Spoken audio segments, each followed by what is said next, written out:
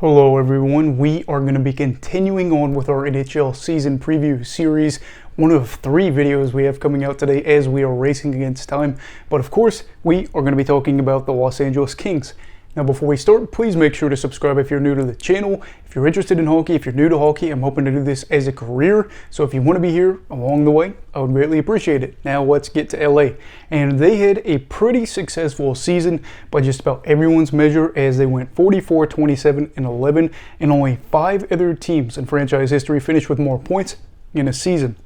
But ultimately, while it was a very good season, it was a season that ended early as they lost to the Edmonton Oilers in the first round in a 7-game affair.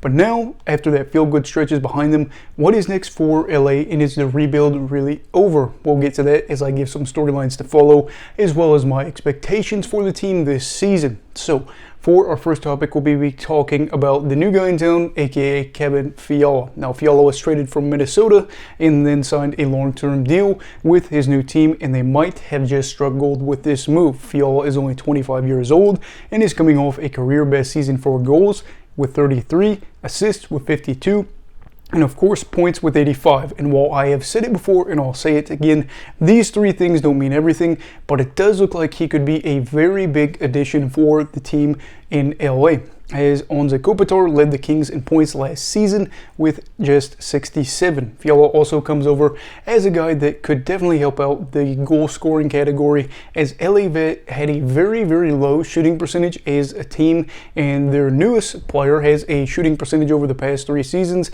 at 12.7%, which is considered above league average, and only Kempa and Danault are the other 2 on this roster that played considerable time and were above average shooters last season in terms of shooting percentage. Will we get to see Fiala average a point per game in California? Time will tell, but you'd have to imagine he'll get top 6 minutes at worst and considerable power play time to boost that as well. A bonus is he's not only a player that can score goals, but he can help teammates get in the right opportunity to score, meaning other players could theoretically have even better seasons than last year. Some of those guys had breakouts here, if you remember. So yeah, I am really hopeful for the guy, and on top of that, they have him and Kempa and Kopitar on that top line, which could be pretty good. I really am a big fan of Kopitar. I don't know if that's the bias from me watching him growing up as a kid. While I'm not a Kings fan, I do think him and Brown and Quick and Doughty, all those guys were really fun players to watch, and they were that kind of edgy team, that underdog team at times, but a very good team nonetheless. Now, as for another storyline, we will focus on a young guy that could be key to the team's future, and that is the 20-year-old Quinton Byfield. And he was the 2nd overall pick from 2020 and has played 46 games over the course of 2 seasons and has just, unfortunately, 11 points in that time. This comes while not averaging a lot of ice time, though, this past season, and I'm wondering what that means for him. While some people might be worried about his drop in minutes compared to the first 6 games that he played compared to the past 40, which of course the 6 games came in the 2021 season and then this most recent season, I am not worried about that, as he did average a little over 15 minutes in that 2021 season compared to 12 minutes this past season, a little bit over that. But I see the drop likely because of a big noticeable thing here. It was a lot more games. It wasn't like he came in during garbage time when they weren't in contention for a playoff spot and got to play, 15 minutes. He came onto this team about halfway through the year and saw a reduction in time, probably because of that. And that's just the reality of the situation. This season isn't going to be the end-all be-all for Quinton, but I do think he should be focused, and the team should focus on him getting more experience and growing this year. While his point total doesn't really inspire a lot of people, I get that. Some of his underlying numbers look good. He had an expected goals percentage of 52.95% and a scoring chance for percentage of 53.03%. But some could argue that he will probably be in that category there because of his offensive zone starts, which more than double his defensive zone starts. But in general, to have a young guy like that is having more scoring opportunities or more scoring chances in his favor, that is a good thing. And I really think we need a full season from him to see whether or not the team should start to worry just a bit. It's kind of odd though, because I don't think you have to worry too much, as he still is very young. Obviously being 20 years old, I don't think he's 21 just yet. he might take a little bit longer to develop, and that's probably okay because he's on a team with a lot of center depth at the moment, and he definitely doesn't need to play top line minutes like some other guys might need to, although you do see a lot of guys that are centers move out to the wing and then move back in as they get a little older. In general, though, he could probably be a third line center for them over the course of the next 2 seasons. Well, he can benefit developmentally because you have the player in Anze Kopitar who is probably going to be their top line center, and he is got 2 more years left on his deal.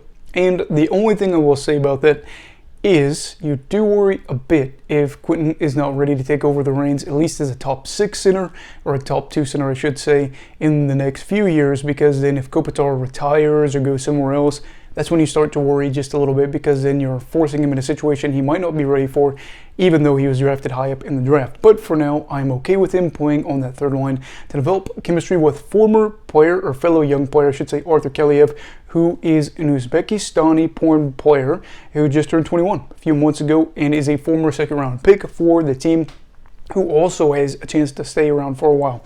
So this is going to be one of those things where probably won't play top 6 minutes for the season, top 2 center minutes, I guess you should say, and that's okay. So no worries there, but keep an eye on him. As for the final storyline, we are going to be talking about whether or not the power play will be an asset or a liability this season. Last year, the team finished 27th in the league for power play percentage, despite averaging the 2nd most time on ice per game played on the man advantage.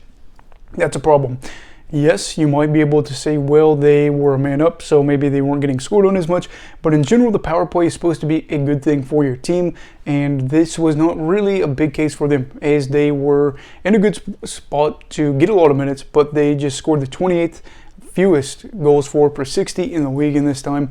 In a lot of ways, it was problematic because they were just in bad spots, while they were trailing, while they were tied. They finished, let's see here, they finished in tied games with being on the power play. They were 3rd in time on ice per games played, 29th in goals for per 60.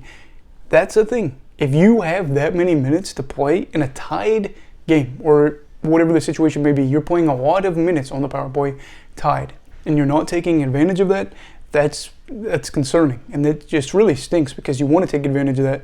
And that is something that I think could be a little bit better, though, because might average out just a little bit. You look at Fiala, like we mentioned earlier, he may be a big answer to this problem, but all in all, I am a little bit wary here, as they have not been studs on the power play in the Todd McLellan era. But I will say, you got to wonder, is that going to be because of the team, or is it because of coaching, or both? You could probably argue that either way, but this team probably is looking to drastically improve that after being in a great spot to take advantage of the power play but not doing so. So, having talked about these as well as other things, what are my expectations for the team this season? Personally, I would say my expectation for them is to have playoff expectations for themselves. You look at this team, and there are some things to worry about a little bit. Is the shooting percentage going to be an issue? Or some of those guys had career years going to drop back off a little bit? Is Drew Doughty going to be healthy and worthy of his deal? Those are all really good things, as well as whether or not the young guys are going to hurt and help you. But in general, you look at them and you think, well, they might not be a perfect roster. They have some pieces that are good already, some pieces that could develop a little bit more than you'd expect. The tandem in net could be pretty good. It really just depends. But if you look at all of that, you think if things go all right, they probably would be at least in a spot to be in the hunt for the playoffs. Do I see them going on a run this year? No, I don't. I still don't think they're good enough to really get past maybe the conference finals. If they made it out of the first round, good for them. If they made it out of the second round, great for them as well. But as for right now, still a little bit wary, still trying to figure out what's going on with this team. They probably will have good underlying numbers, have a good Corsi, and if they get good goaltending, watch out. But for now, we will see. Let me know, though, what are your expectations for Los Angeles this season? Let me know down below in the comments. Also, please make sure to like this video if you enjoyed it. Subscribe if you're new. Everybody, please stay safe. Have a great night, and you go with hockey, all right. Goodbye, Brigadiers and Brigadettes. This is your captain signing off. Have a great night.